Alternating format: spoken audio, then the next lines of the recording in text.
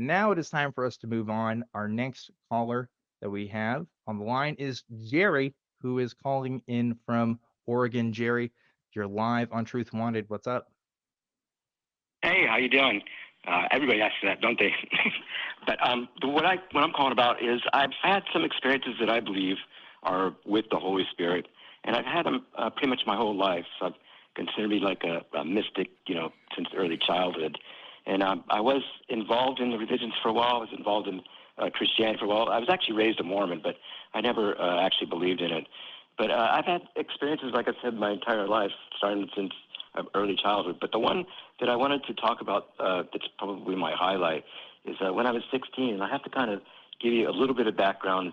I ran away when I was 14. I was kind of wandering around, and I was using the phony ID, and I got busted forging a $20 traveler's check, and I got thrown into jail. And I had this Paul-like experience, like where I had this vision thing, but then I started feeling like everything's going to work out. Everything's worked out fine. And so I was using a phony name at the time. And so I got convicted for that. Well, actually, I pled guilty. And to my shock, I was given 5 years in the state prison. So anyway, but I kept feeling like this guide inside me was telling me, Wait, don't worry about hold it. on, wait. Don't worry about it. How much was this? You forged a $20 check? Did I hear that right? Yeah. $20 and you got 5 And I got, years in prison? yeah, because of the name that I was using. I had to use an adult name because I was a runaway at the time, and I was actually already on parole from the juvenile prison. My parents basically threw me out of the house when I was 14 and made me Holy ward of the shit. court. So I was God, I was struggling just to stay on the streets. wow. So The anyway, American prison that's my system, story. everybody. That's great. That's Like not I great. said, That's terrible. I'm sorry you had to go through that. I don't think that's that's a fair treatment at all, but please go on and continue your story. Don't let me no. interrupt. Yeah, no, it's not fair. I agree with you. Yeah, that's for sure. I've seen the worst side of the judicial system. But anyway, so I got the 5 year sentence, but I kept feeling like I could have any time I could have said, okay, well, here's my real name. I'm really only 16, and I would have been just gone back to juvenile prison. But the juvenile prison was horrific. I didn't want to go there. So I kept feeling like it was going to be okay. I felt like my guide was saying, just trust me, all right? And so I went into the prison, and through a series of incredible occurrences, I managed to escape about a month and a half later, basically walking away. And it's just through a whole series of things had to happen for this to happen. And so I walked away, and so I was an escaped prisoner for like 12 years. And that's kind of like, I feel like that was basically that whole scenario. It's one thing after another that that blinded their eyes to who I was. Because the guy whose name I used, he was like 6 feet tall. I'm barely 5 feet, just a little over 5 feet Wait, tall. hold on, wait, Jerry. Are Jerry, you saying? Wait a minute, Jerry. Are you saying the Holy Spirit helped you evade the law? Yeah, that's what I'm saying. That's what I'm saying. All right. I believe in a kind of a different God that is I'm not gonna lie. more That's kind of friendly badass. that way. That's kind of cool. If It the is. Holy Spirit was real, I It is hope it cool. gets like juvenile criminals out. No, I mean, I don't know if I hope that, but like that would be. I'd watch that movie. Is all I'm saying. That sounds like an entertaining story. Yeah. That's crazy. I this swear, So has I this swear to has God, Neo with the phone call vibes. everybody. this is like this is like if Jordan Belfort from Wolf on Wall Street was like evading the FBI, and he's going through that Yeah. scene, and instead Jesus is there like helping him get out. Like that's what I imagined in my head, which is that's quite Yeah, an image. it's something like that. I mean, it was 12 years. I mean, they could have caught me at any time. I went back to using my normal name. This happened in the same state that I was from, so they could have easily found my juvenile records, but they never made the connection for 12 years, and they did eventually. But So and then when I went back, I did go back. They didn't what finally catch me. I went back and sorry, go ahead.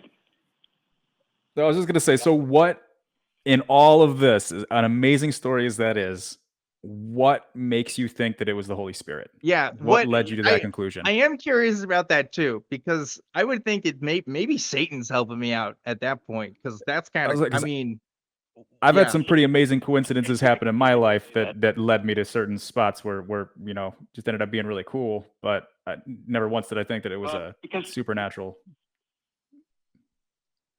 like I said, I've had new supernatural experiences since I was early childhood, and I don't need to tell you about my horrific upbringing, but it was really bad.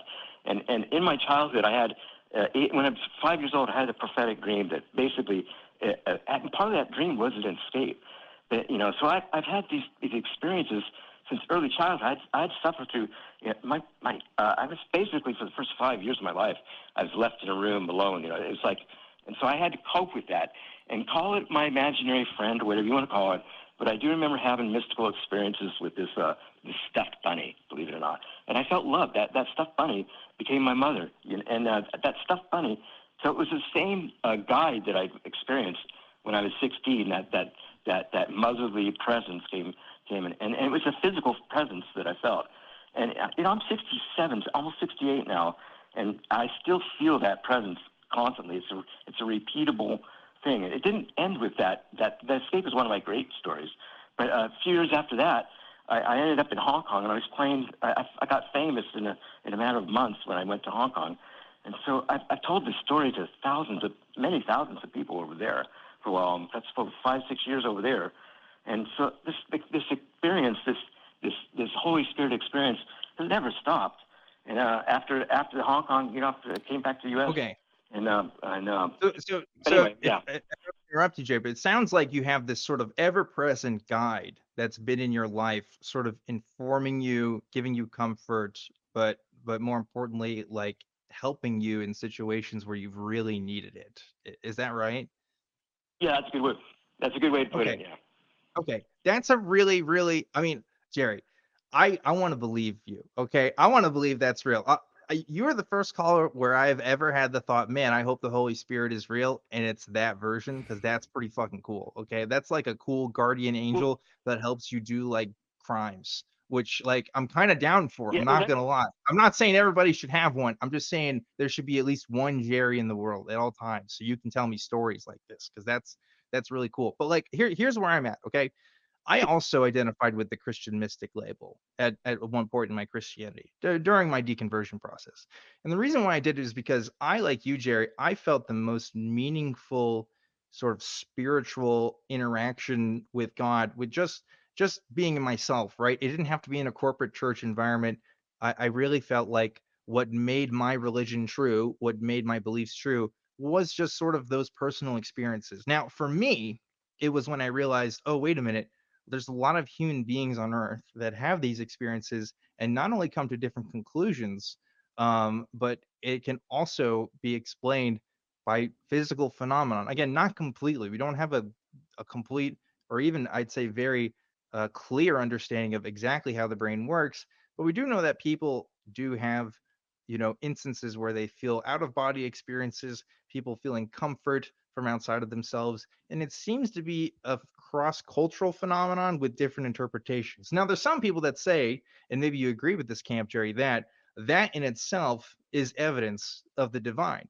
There's another camp like myself that says this is actually evidence of naturalism working exactly as it should be, which is that we are sort of biological beings that kind of have these functions and there's sort of an outgrowth of that. What do you think of these two ideas? Do you think maybe what you've experienced is absolutely no way has to be something divine, or do you think maybe there could be some sort of cultural or biological influences? In my experience, I think it has to be something that's divine because it's outside of myself. Because I've had this experience come over me when I least expect it, and for these experiences for me had dropped off. I'd gotten married when I was up in Hong Kong, but for most of my marriage, for over 28 years, the experiences really dropped off. They were full bloom all the time in Hong Kong, and up to that time, up to my early 30s, I had tons of experience. But then for about 28 years, they disappeared. But one day when I'm sitting there watching an NBA game, out of nowhere, it came over me, and it hasn't left me since then. Now, at this point in my life, it's pretty repeatable. Within seconds, I can get back into that state of consciousness just by focusing on just by focusing away in my kind of my own meditation method. But so it's That's for me, it's a interesting. repeatable thing. But it's also Mm, something that it comes over me when I least expect it. And it's also something like when I wake up in the mornings, a lot of times I'm already filled with that incredible, like that love thing. If you've been mystical, then you probably felt the same thing. And I'm not saying that it depends on what you believe, because I agree that you could be believing all sorts of different things and have this same similar experience. And I never hear voices from this Holy Spirit yeah, saying specific words. It's more of I hear you. it's more like epiphanies. It's the exchange of thoughts, Sure, like sure, exchanging sure. pictures. So Do you it's think though, and I'm talking a lot here, and after I talk here, I want to hear Chris's point of view. But do you think though, I find it interesting that you said you've been able to instantiate this process sort of through a close focus, sort of a meditation technique that you seem to develop. Do you think that in itself maybe is evidence that this process and what you're experiencing might be physical in nature? Because if there is a physical interactive mechanism, in other words, if you yourself are trying to instantiate this and it happens, to me that suggests it's physical, right? Like, I talk to people on this show, for example, who say, yeah, man, if you do psychedelics and if you do these drugs, you get to talk to the divine. And I think that they are talking to the divine because they took drugs. You know what I mean? Like there's a drug that's in their system yeah. that caused this thing to happen. So like, do you think there's any element of that? I agree with you what you're saying, because sometimes it feels like I've heard that your body can release DMT, and Yeah. sometimes it feels like that to me, even but without any kind of drugs at all. It feels it can be an overwhelming whole body orgasm, but it's not like the visual, and I don't hear voices or anything, but Yeah. it's like the whole body is like feeling this. So it feels like DMT or maybe oxycontin or what? Not the drug, but the mother thing. I forget what they call it, but the oxytocin or whatever it is. But So that kind of thing, yeah, so it's Jerry, possible that's getting triggered, and Mm, that's kind of what I think too. That it could be a combination of both. But when it comes okay. out of the blue and I'm not even right. thinking about it, then it's not focused. All right, so Jerry, The other thing is real that quick, I just wanted to ring in here a little bit. So I got a couple things going through my head, and Dan kind of beat me to one of them. But what you're describing sounds a lot to me like uh, an experience that some people have with some illicit substances. yeah, it's Just it similar. seems like more of a like you're able to do so. The way you're describing it, though, it sounds definitely like it's definitely a natural brain state. Has something to do with the chemicals in your brain. Um, Because I'm not gonna lie, I've experienced that exact same feeling that you're talking about, where you feel warm and fuzzy, you feel like Hmm. someone's telling you what you need to be doing, and that everything's gonna be all right, and that kind of stuff. And I think we all experience that at certain times, because you're absolutely right. Our brain does uh, uh, release DMT and a lot of other sort of natural substances that make us feel good. And I just I'm kind of curious about you. You say you have all these experiences. Are you able to describe for me exactly just one of your best experiences, and just short, quick, concise, just kind of like what exactly occurred, and why do you think that it was the Holy Spirit? Mm, My best experiences, you mean from one moment to the next?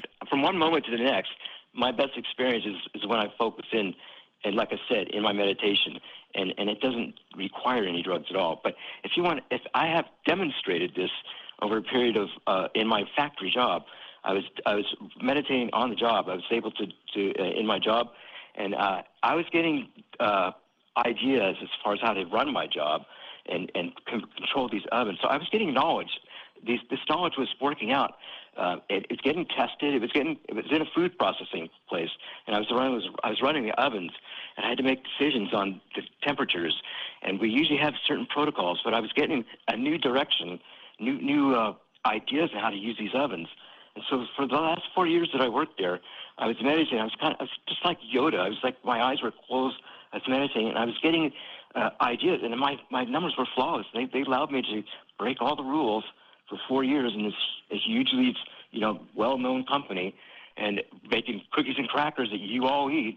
and I was able to go off road because my knowledge that I was getting through this ability was repeatable, and it happened for 4 years, and their numbers were going down. They were successful. So that's one of the things that I would call one of my better experiences. But the experience of just coming into this presence, and that's kind of what it is. It's just your whole body's like an orgasm, and it's repeatable. That happens just about pretty much every day for me. I'm in this state for hours. Sounds kind of rad. I kind of want this. I kind of want the same thing to happen to me. Yeah. I want to have repeatable orgasms. And I'll be real honest. I have used psychedelics, but this is on a different level than that. And this actually overcomes the psychedelics. Even on ayahuasca and DMT, I can still feel the presence overcoming even those drugs. It's more it works in concert with them, and it actually works well with them. But those kind of drugs like psychedelics, I can hardly take them anymore. I have to take tons of it to even work. I mean, I take like probably 4 or 5 times what a normal dose. I would love anything. to hear your experiences of combinations with ayahuasca and the Holy Spirit. But we are out of time for this call because I got like 3 or 4 other people, and I want to try to talk to everybody before the end of the show. But I genuinely appreciate you sharing your story with us today. I hope we gave you some questions to think about as we talk to you today. And I wish you well on your journey, Jerry. You've been to some places, and I hope the Holy Spirit is real and it's like just affecting Jerry. I'm gonna be real. I like that version of the Holy Spirit. Again, it should be like the Dalai Lama, where like there's a reincarnation of Jerry every generation, and he's got the Holy Spirit, and we can read about his adventures because that's Holy Spirit's like that's my guy. Let me tell you, I've been hosting this show for a few years now, and I never know what to fucking expect. And I didn't expect the Holy Spirit doing crimes with you like it's like a fucking Batman villain. That's awesome.